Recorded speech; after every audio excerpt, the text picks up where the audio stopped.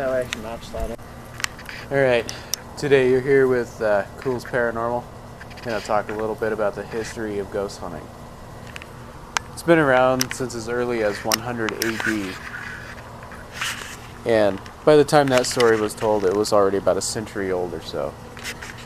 There was actually a group called the Ghost Club in London in the 1860s. It included big names like Sir Charles Dickens, people like that, important people. Ghost hunting really became a big thing in the early 70s, the 1970s. People just thought it'd be a good time to get out there, and a lot of people actually use what's called a Ouija board, and most modern ghost hunters try to stay away from it, whatever reasons being, whether it be just not very a piece of scientific equipment or superstition.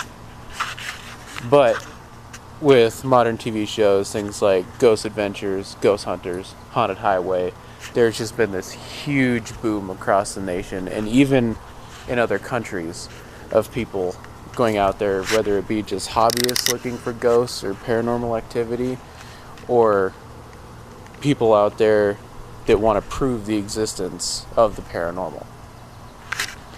Then you got those. There's actually been cases where people have been shot and killed because they were thinking a place might not be occupied, and they go in there and say a farmer will shoot off a warning shot, and that's actually happened before and shot and killed somebody before.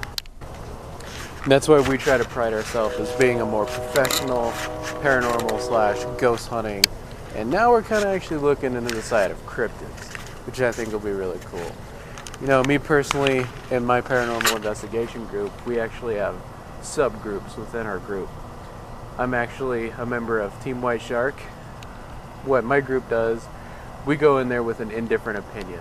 So we go in there and we don't go in there trying to prove, we don't go in there trying to debunk everything. We just go in there to see what happens, see what can be brought up. And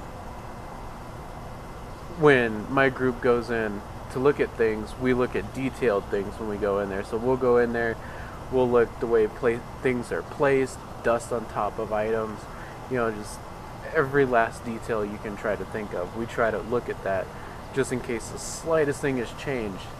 And if anything changes, we hope and try our hardest to get it on camera or on an EVP recorder so we can try to prove it to everyone else as well.